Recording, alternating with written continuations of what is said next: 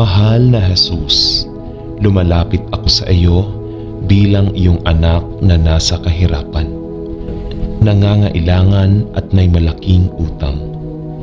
Panginoon, alam ko na ito ay nabuo sa loob ng maraming taon at atubili kong inamin na ako ay nahuhulog ng mas malalim at mas malalim sa utang.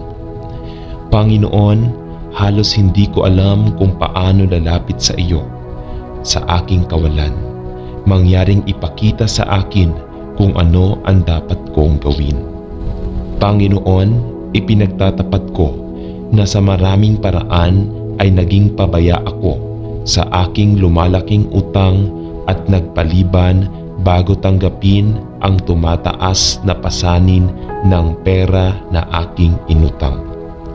Panginoon, sumama ka sa aking pagharap sa problemang ito. Batid na ikaw ang aking ama at ako ay iyong anak. Hindi kita minahal tulad ng nararapat at madalas na isinasaalang-alang ang aking espiritual na mga pangangailangan na hiwalay sa iba. Ngunit Panginoon, kailangan ko iyong ibalik ang aking espiritu, aliwin ang aking kaluluwa at ibigay ang lahat ng aking pangangailangan ayon sa kayamanan ng iyong biyaya. Amen. O Diyos, tulungan mo sana ako. Isa akong nag-iisang ina at hirap na hirap akong mabuhay sa ilalim ng kakilakilabot na pasanin ng utang. Ito ay parang gilingang bato sa aking lieg. Alam ko na ikaw lamang ang makakatulong sa akin at dalangin ko na sa iyong biyaya maawa mong tingnan ang aking kalagayan at tulungan ako. Panginoon, tulungan mo ako at ang aking mga anak sapagkat ikaw ang aking ama. Alam kong ang lahat ng galing sa Diyos. Tulungan akong magtiwala sa iyo na ipagkaloob sa akin ang lahat ng kailangan ko upang makatakas sa tumataas na utang na ito at tulungan akong malampasan ang mahirap na oras na ito sa aking buhay. Mangyaring protektahan ako at ang aking mga anak at panatilihin kaming ligtas sa iyong mga bisig. Amen. Panginoon, ako ay nasa problema dahil ako ay may utang at alam ko na ito ay higit sa lahat dahil sa aking irresponsableng pag-uugali. Nasayang ko ang maraming pera ko sa mga makasariling kasiyahan nang hindi ko iniisip ang mga kahihinatnan na naghihintay sa akin. Pero dahil sa katangahan at irresponsable kong pag-uugali, nagdusa ako. Oo, Panginoon, ikinalulungkot ko na nag-aksaya ako ng napakaraming pera sa gayong walang kabuluhang buhay. Ngunit higit pa riyan na pagtanto ko na ang aking makasariling pamumuhay ay talagang isang kasalanan laban sa iyo. Nasiyahan lang ako sa karnal na buhay habang nagpapanggap ng isang mabuting Kristiyano.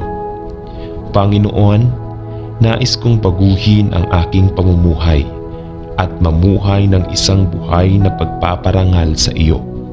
Alam ko na ang aking mga kasalanan ay pinatawad. Ngunit alam ko rin na ang mga kahihinatnan ng kasalanan sa aking buhay ay may kahihinatnan sa mundong ito. At ang mga malubhang problema sa utang na aking kinakaharap ay ang resulta ng aking irresponsableng pamumuhay.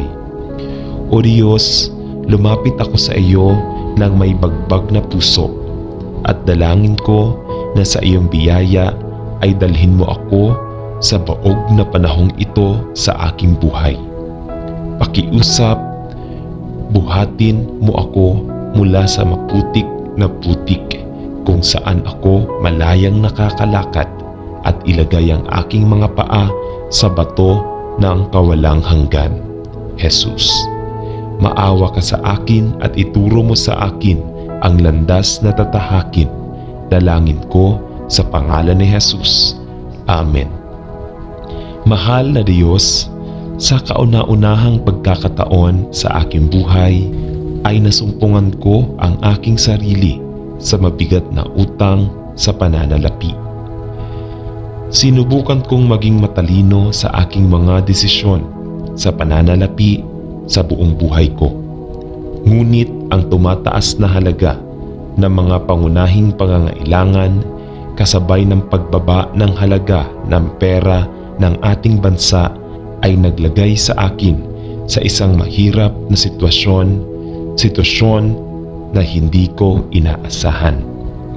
Gayunpaman, ito ang aking sitwasyon, Diyos, at ayaw kong ibaon ang aking ulo sa buhangin at magkunwaring wala doon ang problema.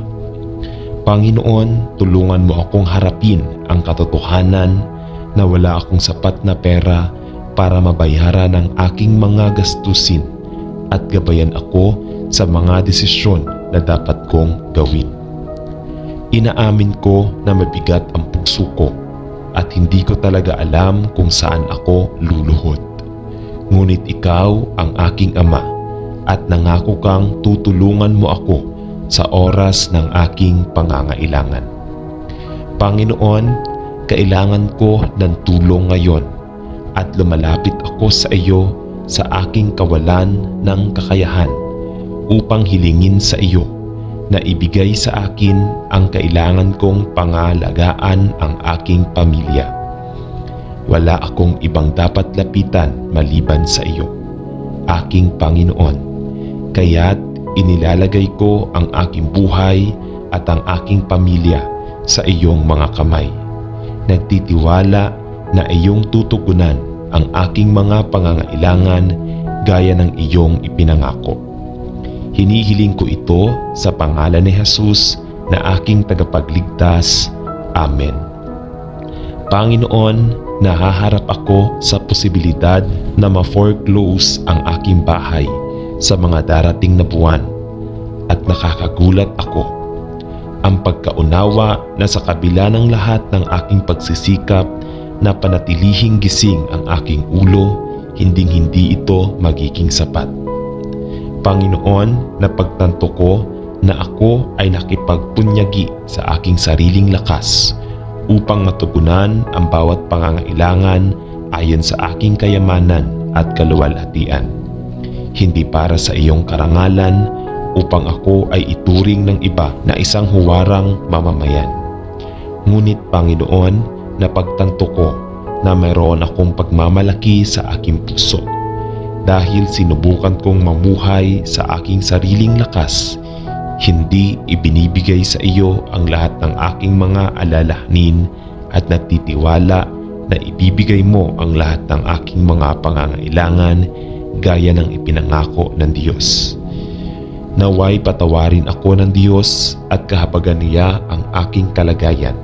Humihingi ako sa iyo ng isang mahusay na paraan upang baliktarin ang utos at payagan akong bayaran ang mga utang na naipon ko, upang ang sitwasyon ay mabaliktad sa harap ng nakakatakot na posibilidad na ito.